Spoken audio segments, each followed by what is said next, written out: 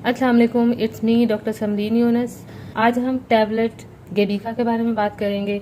Tablet गेबिका के अंदर जो एक्टिव इंग्रेडिएंट है उसका नाम है प्रीगैबलिन। प्रीगैबलिन क्या है?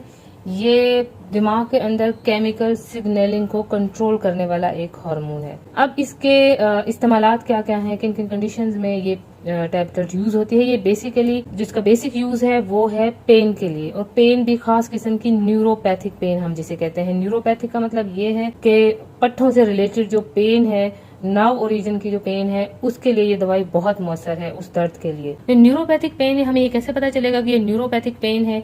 आप इसका एक अंदाजा लगा सकते हैं। ये एक करंट टाइप, जैसे बिजली के झटके वाली पेन होती है, इस तरह का इस पेन का एहसास होता है, या इसमें जलन या चुभन वाली पेन होती है। ये आप इन सारी चीजें जस्ट एक आइडिया ले सकते हैं। बाकी ज्यादा आपका जो अच्छा इस बात चीज को डायग्नोज करेगा कि ये कौन सी ओरिजिन की पेन है और आपकी ये दवाई मौसर होगी या नहीं, वो आपका डॉक्टर आपको इस बात के बारे में बता सकता है। और ये किस लिए यूज हो सकती है मेडिसिन? एक कंडीशन है जिसका नाम है फाइब्रोमाइल्जिया। अब फाइब्रोमाइल्जिया क्या चीज है? ये एक जनरलाइज्ड कंडीशन है जिसमें आपको अपनी पूरी बॉडी में सारे पट्टों में थकावट और दर्द महसूस होती है, और आपको नींद की मुश्किलात आती हैं नींद पूरी करने में, या नींद नहीं आती, या बार बार आंख खुल जाती है। ये फाइब्रोमाइल्जिया के ट्रीटमेंट के लिए भी ये दवाई यूज होती है।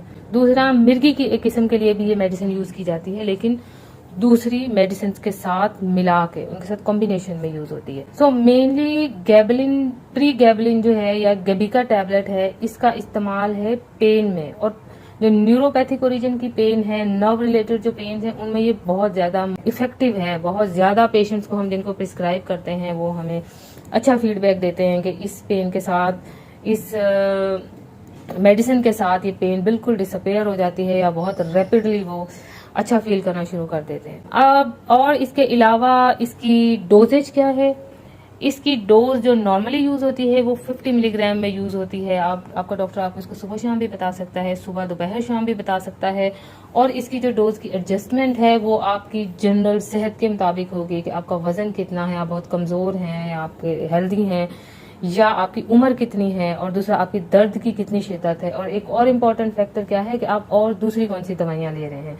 उन दूसरी दवाइयों के हिसाब से इसकी डोज आपका डॉक्टर कम या ज्यादा कर सकता है। और इसकी जो स्टार्टिंग डोज है जो शुरू में देते हैं वो 25 मिलीग्राम से शुरू कर सकते हैं हम, बहुत हल्की पेन के लिए।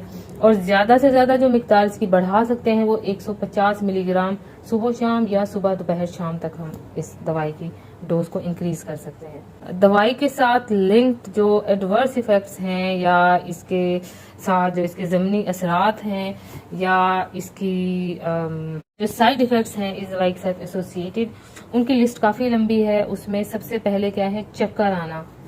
आपको चक्कर, इसके साथ काफ़ी फ्रिक्वेंटली पेशेंट्स हमें बताते हैं कि इस दवाई को खाने से मुझे चक्कर आ रहे हैं, ठीक है। और सर दर्द भी हो सकता है, इससे थकावट महसूस कर सकते हैं आप, सुस्ती, मतली या कै, और वीकनेस, और वजन में कमी भी हो सकती है। आपको कभी कभी धुंधला भी नजर आने के मसाइल हो सकते हैं। मुंह खुश्क हो जाता है, मुंह के अंदर जो सलाइवा या थूक है हमारा, इसकी जो मिकदार है वो कम हो जाती है। कब्ज पेशेंट्स को काफ़ी ज़्यादा हो जाती है।